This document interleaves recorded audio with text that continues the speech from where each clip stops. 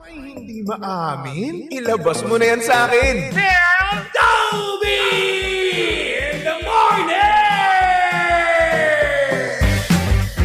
Hoy! Nakakaloka! Toby in the morning! Tell Toby in the morning.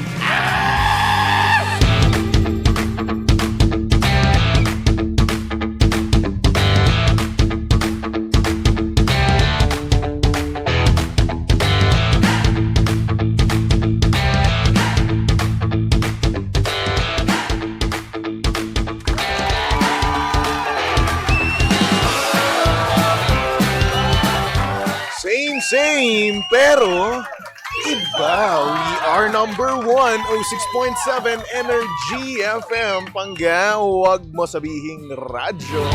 Sabihin mo.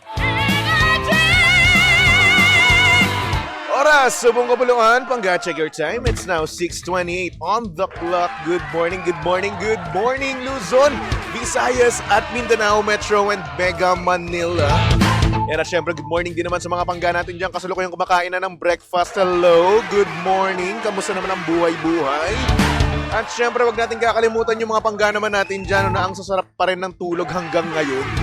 Yung tipong kala mo wala talagang pasok eh, no? At syempre, hello din naman sa mga pangga natin dyan. Nagko-commute na. Good morning po sa inyong lahat, no? At sa mga pangga naman natin dyan na tamad pa rin pumasok hanggang ngayon. Uy, Wednesday na talaga, di ba? Konting tulog na lang, no? Konting idlip na lang or hindi naman konting pagod na lang, no? Pag-Friday na naman.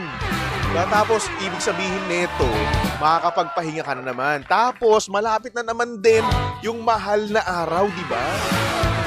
So, ibig sabihin, malapit na naman tayong magpahinga at magbakasyon, di ba? So, saan ka pupunta ngayong mahal na araw, no? Ako, yung iba sa atin, uuwi ng probinsya or hindi naman kaya yung iba, aalis, no? Yung tipong pupunta ng ibang bansa. Ay, nako, sana all, no? Sana all may pang ibang bansa. Kung ikaw naman ay wala, no? Oo, walang datong ngayon, no? Ay, nako, at sakto pang bored na bored ka, di ba? Sa buhay-buhay. Kung ako sa inyo, eto na lang ang gawin nyo. Kasi nga naman, sino ba ang may ayaw ng fun and exciting na laro, lalo na kung boring ang oras mo, di ba? Kung mahilig ka sa Tong Its at iba pa, tara na sa Game Zone. And fun, believable sa Game Zone dahil you play a real game of Tong Its with real players and it's for free, di ba? Chance ka rin na maki-split ng over 40 or 34 million pesos at may chance ka pa to claim up to 14,640 pesos daily. Ang makukuhang cash credits ay pwede rin gamitin pang laro sa kahit na anong game at kaya rin itong i-cash out, diba? Ang Game Zone ay may dalawang event araw-araw, so ano pang hinihintay mo? G ka na ba? Visit gzone.ph and social media account on Facebook, Instagram, and TikTok at Tara Game Zone. Di na sa Tong Its, Tara Game Zone. Tandaan na ang gaming ay dapat fun lang, di ba? Visit pagcore.ph/regulatory or email keepitfun@pagcore.ph. Promo runs on January 1 to December 31, 2025. DGLD reference number MKTG 2024-2564. Gaming is for 21 years old and above only. Game responsibly. Keep it fun, di ba? Kaya naman ayan, go. Parang nga naman ang sagunan meron ka ng punta ng ibang bansa, di ba? Hong Kong, Singapore, di ba? Ako, napakasarap nga naman magbakasyon ngayon.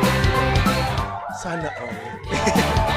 And ako, hello sa mga pangga natin dyan. Saktong oras, 6:31 on the clock. At syempre, kasama nyo pa rin at yalandian ang hot baby boy ng radyo. Of course, walang iba kung hindi si Baby Toby. At syempre si Baby Toby ay live na ngayon, no, sa Energy FM Facebook page. Ka naman, kung gusto mong makita ang itsura ni Baby Toby ngayong Wednesday morning, no, ayan, pumunta lang kayo, Energy FM 106.7. At syempre, ito na nga, live na ata tayo, no, sa ating TikTok page. Kaya naman, kung gusto mong makita, no, ang itsura ko, Eddie Go, pumunta ka na. Oo, kung may filter ba yung gusto mo, ayan, TikTok, Energy FM /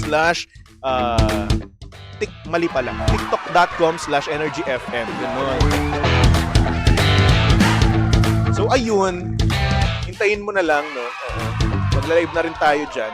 Abang-abang ka lang. Okay. Ay nako, anyway, good morning sa mga pangga natin dyan. Nakasalukuyang kumakain na. Hello, good morning. Kamusta ang buhay-buhay? O siya, magpatawag na kayo. Pwedeng-pwede yan. Punta lang kayo, Energy FM 106.7.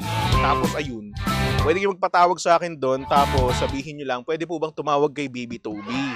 Ayan, tapos ayun, magkwentuhan na tayo. About life, love life, and whatsoever, di ba? Kaya naman, go ahead. Energy FM 106.7. Diba? Anyway, good morning kay Elizabeth Corpus. Hello. Kamusta naman ang buhay-buhay? Hello din kay Patricia Azartuan. Sabi niya, happy heavenly birthday to our dear grandmothers, Lola Carol de Guzman and Lola Estela Samanga. Ayan, we love you, miss you both so much. Happy birthday. Siyempre sa mga nagbe-birthday ngayon, happy birthday din po. Kung hindi mo naman birthday, edi hindi. Sali. Ayan. At syempre, hello din naman sa mga pangga natin dyan. Nag-mansary, nag-anniversary, no? Lahat-lahat na. Sa mga wala namang ka-anniversary, ka-mansary dyan, nainggit na lang tayo. Alam nyo, isipin nyo na lang, no? Isipin nyo na lang na hindi tayo gagastos buwan-buwan, di ba? At taon-taon. Minsan kasi nangyayari, no? Kapag nag-mansary tayo, gagastos tayo dito, gagastos tayo doon, di ba? Another gastos na naman yan, bukod pa sa mga bills mo, no? So, ayun, kung ako sa inyo, kung hindi nyo pa kaya, no? Huwag muna kayo mag-jowa. In fact, mas masaya nga kapag single kayo, di ba? Kapag single ka, may pera ka, and at the same time, nabibili mo kung ano yung gusto mo. Di ba? Walang pipigil sa'yo. Kung gusto mo ng bagong skin, yan sa ML, sa Valorant, pwedeng-pwede. Diba, kung gusto mo ng bagong figure, laruan, pwedeng-pwede yan. Diba? Walang pipigil sa'yo. At hindi mo rin pipigilan yung sarili mo dahil nga naman, di ba, wala kang ide-date, no? Wala kang iisipin. May first din naman yan, yung pagiging single, di ba? Anyway, good morning kay Gerald Jabonga. Hello. Hello din kay Rhea. Sabi niya, good morning, baby Tubi. Same here, walang ganap. O, diba? Ako rin wala rin akong ganap ngayon. Though maraming trabaho, no? Oo, kasi nga naman nakapagbakasyon ako, di ba? Pero ayun, gagawin ko lang yun. Pagkatapos ng bakasyon, no? Trabaho, tapos tad-tad na naman na imbak na trabaho, di ba? Well, wala tayong magagawa, ganyan talaga ang buhay. Kailangan natin magtrabaho, kailangan natin kumita ng pera. Kaya nga mukha tayong pera. Shoutout sa mga kapwa ko mukhang pera dyan. Hello po sa inyo lahat. O siya, pangga meron tayo ngayong sender, kaya naman pasok na natin yan dito sa Titi in the Morning. Oh yeah, Titi in the Morning. Why? Ang aga-aga ha. Tell Toby in the Morning.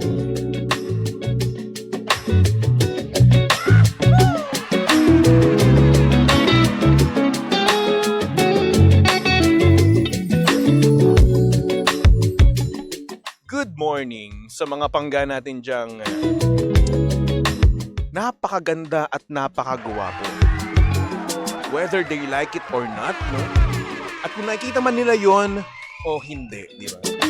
At lalong-lalo na sa maganda at gwapo sa panglabas at syempre, damay na rin natin yung pangloob, di ba?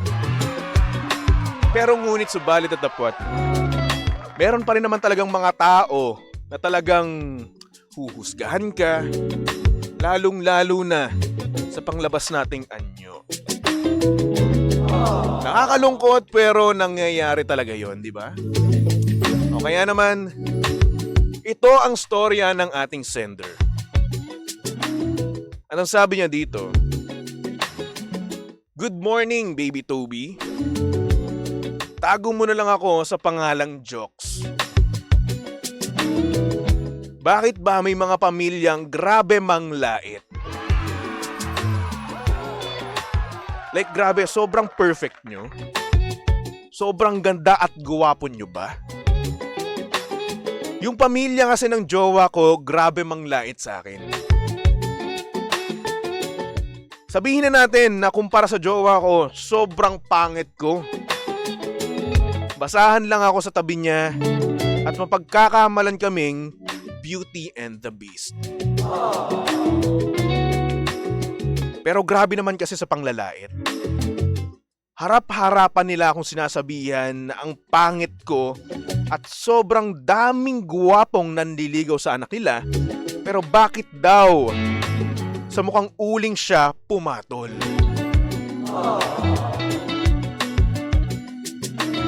Hindi nyo ba naisip na yung anak nyo ang unang nag-PM sa akin? At hindi nyo ba naisip na siya ang unang nag-I love you sa aming dalawa? Hindi ba nila naisip na tinatrato ko siya ng tama at hindi ko siya lolokohin? So ano mas gusto nyo? Piliin ng anak nyo yung gwapo na manloloko kesa sa pangit na sobrang loyal? Ay nako, ewan ko ba sa inyo? Bakit lagi niyong nuhusgahan ng tao sa panlabas nilang anyo? Pasensya na, Baby Toby, naglabas lang naman ako ng samaan ng loob dahil hindi ko na kinakaya. Sobrang bigat na ng mga sinasabi nila sa akin at lalong-lalo na mas madami pa silang sinasabi behind my back. Ayun lang naman, Baby Toby, maraming salamat sa'yo at sana rin naman magbago na yung pamilya ng jowa ko. Ay nako. Ang hirap, no? Ang hirap kapag kapag tingin nila sa pamilya nila sobrang perfect. Grabe man lait yun, no? Minsan may mga ganung pamilya, no? Yung tipong kapag merong nanliligaw sa anak nila, di ba? Lalaitin. Kapag merong, alam mo na, jowa, yung kapatid nila, di ba? Lalaitin. Akala siguro ng ng mga tao, no, na hindi nasasaktan yung mga manliligaw, di ba? Porket nanliligaw at nakikibagay, di ba? At kinukuha yung loob ng kanyang pamilya, di ba? Eh gagawin na lang yung mga ganong bagay. Ay nako, mahirap. Sino ba tayo para manghusga, di ba? Oh, napakagwapo mo ba? Isipin mo ganito, ha? Yung pinakagwapo nga dito sa Pilipinas, no? O, sabihin na natin Papa P. Di ba? Alden. Sino ba? Yung mga artistang gwapo. Joshua Garcia. Isipin mo, napaka-humble nila. Tapos ikaw, tas kayo ganyan. O, sabihin natin yung mga ganda rin, no? Marian Rivera, Ann Curtis. Diba? Napaka-humble. Oo, maganda sila, pero napaka-humble nila, di ba? Hindi nanlalait. Oo. Eh kasi nga naman, alam nila at marunong sila, no? Na kumilatis ng tunay na kagandahan at tunay na kagwapuhan. At eto pa, ha, take note, ha? Oh, yang anak nyo, no? Yang anak nyo ang unang nag-PM doon sa lalaking yun. Guwapo. At yung anak nyo ba, na babayang unang nag-I love you. So ano ibig sabihin nun? Merong nakita yung anak nyo, no? Oo. Na talaga nga namang kagusto-gusto. Oo. Diyan sa ating sender, di ba? At siguro, no, grabe lang talaga tong sender natin sa sarili niya, no? Bakit? Eh kasi nga naman, lahat tayo gwapo, lahat tayo maganda. Di ba? Oo, hindi lang talaga type tayo nung ibang, alam niya, tao, di ba? Hindi lang tayo yung prefer, di ba? So, yun. Ang nangyayari, hinuhusgahan tayo. Yung kasi, mga bunganga kasi ng ibang tao, no? Ang tatalas, eh. Nakakamatay, eh. Yung tipong talagang tagus-tagusan sa'yo, no? And take note, ha? harap-harapan, ganyan na kagad. What more pa kaya kapag mismo sa likod mo? Diyos ko, day, lait na lait ka na siguro. Bahing ka na siguro ng bahing dyan sa kakausap sa'yo, no? O sa kakagawa sa'yong topic. Ay, nako. Nabubulunan ka na siguro paminsan-minsan. Pero yun na nga, no? Alam mo, para sa akin, no? Wala ka na dapat pakialam, no? Kung isipin mo, dapat hindi mo na iniisip kung ano yung iniisip ng pamilya niya. Yes, mahirap at masakit, no? Pero at the same time, yung anak naman nila, yung tunay mong minamahal, di ba? Yung validation ng anak nila, ang tanging hinihiling mo. Ang tanging hahanapin mo lang din naman, di ba?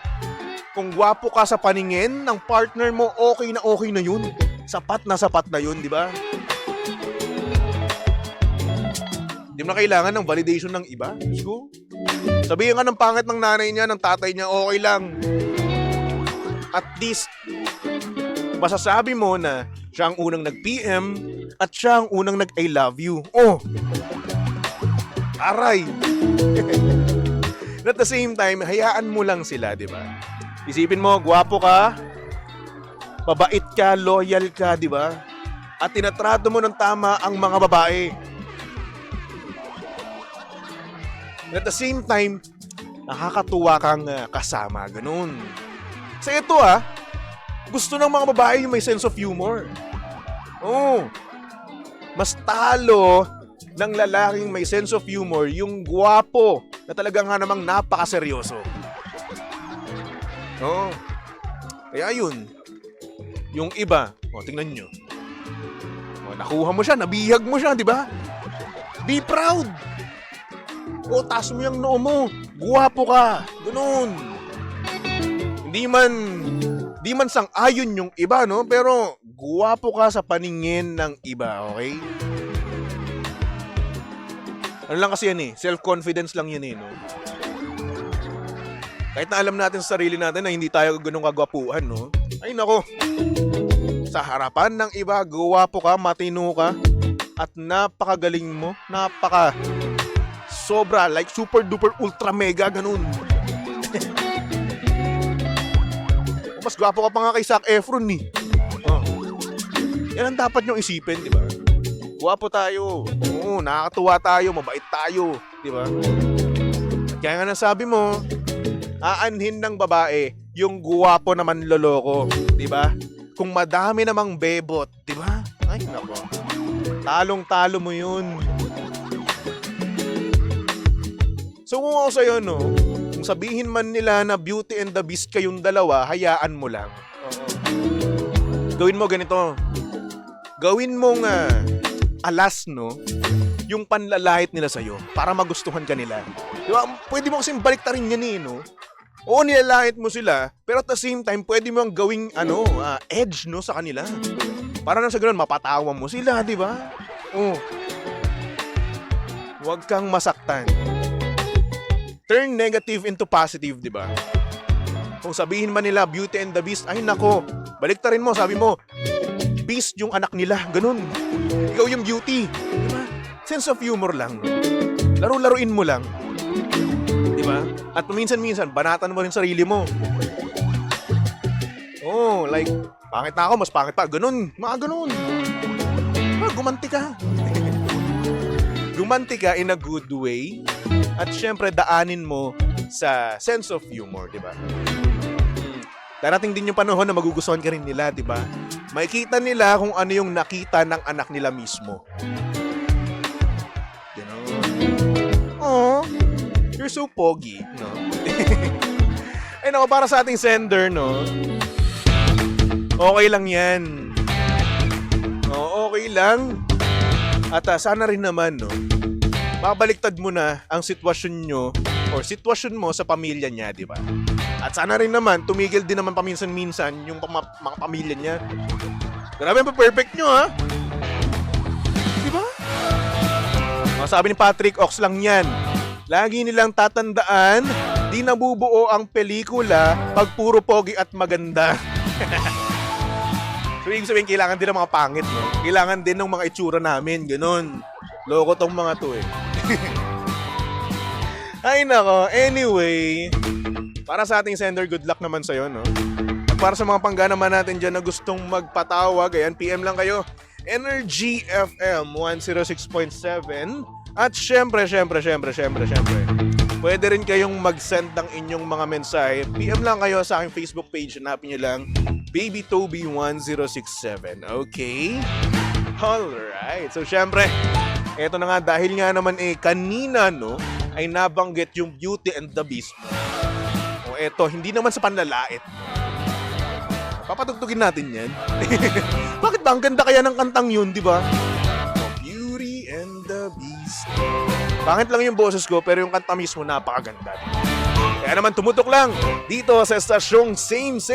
Pero, iba. We are number 106.7 Energy FM. Pangga, huwag mo sabihing radyo. Sabihin mo,